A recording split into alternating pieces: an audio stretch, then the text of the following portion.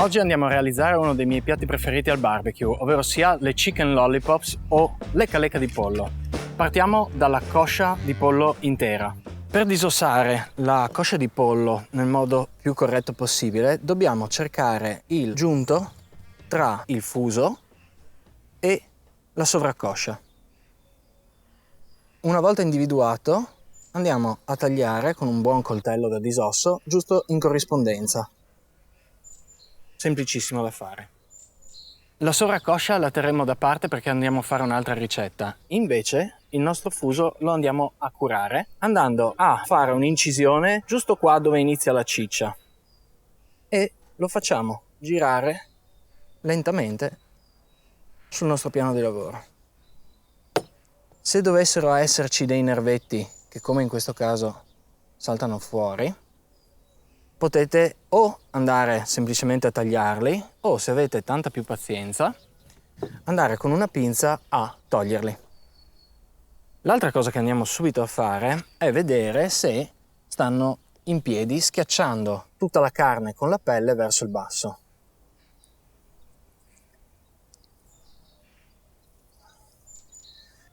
Beh, questa sta abbastanza dritta, però se questo non dovesse succedere, andate a giusto rimuovere un po' di carne dal fondo e vedete qua dove c'è la cartilagine, noi andiamo a fare un'incisione in modo tale da rendere dritto l'osso. Come vedete adesso è piatto e sarà semplicissimo tenerlo in piedi. Andiamo a prendere un pezzo di carta assorbente e puntiamo l'indice giusto a metà giuntura e con un bel po' di pressione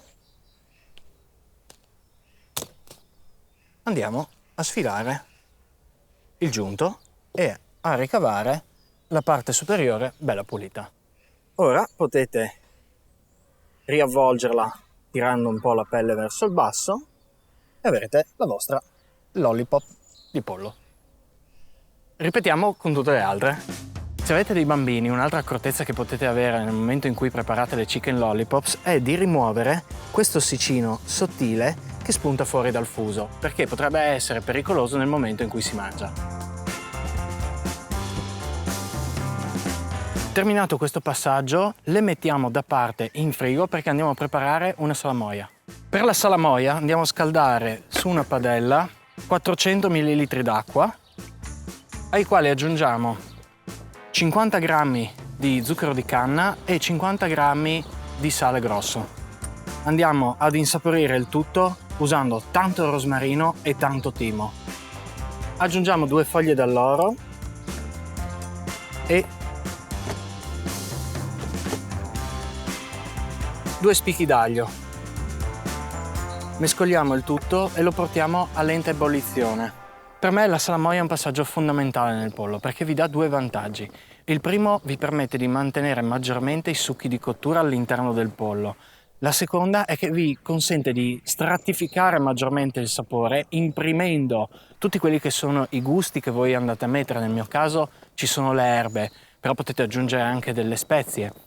E questo aumenterà il gusto a quello che noi andremo a fare dopo in cottura con l'affumicatura e la glassatura.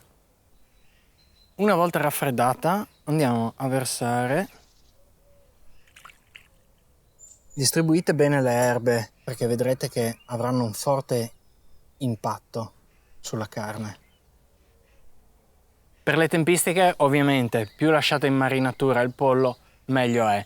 Capisco anche che ci siano occasioni in cui sia un po' di fretta e a dirvi la verità basteranno anche solo 2 ore per avere grandi risultati, quindi fate questo passaggio.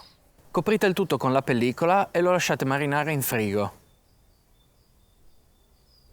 Dopo tanta attesa passiamo alla parte più divertente, ovvero sia la cottura.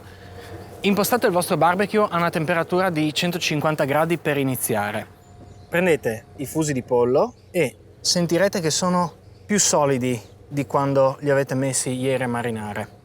Li schiacciate nuovamente per dargli una forma e li posizioniamo con cautela nel nostro barbecue.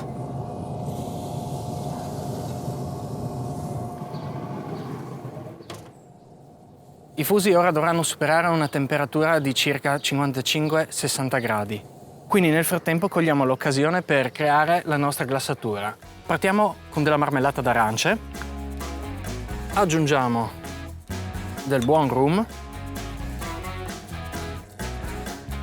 diluiamo il tutto con un po' d'acqua e aggiungiamo un cucchiaino di zenzero.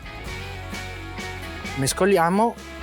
La glassatura non deve raggiungere la densità del miele, anzi tutt'altro, appena vedete che il liquido farà un po' di resistenza a lasciare il mestolo, fermatevi perché siete arrivati al punto perfetto. Raggiunta la densità desiderata, controlliamo la temperatura del pollo e, aiutandoci con un pezzo di carta, prendiamo i nostri fusi e li avvolgiamo ad uno nella glassatura. Questo è il primo passaggio di glassatura. Lo andremo a ripetere all'incirca ogni 5 minuti finché la carne non avrà raggiunto o superato i 73 gradi di temperatura interna. Non vi preoccupate, non si asciugherà perché abbiamo fatto precedentemente la salamoia. In aggiunta andiamo ad aumentare la temperatura del barbecue a 180 gradi per ultimare la cottura.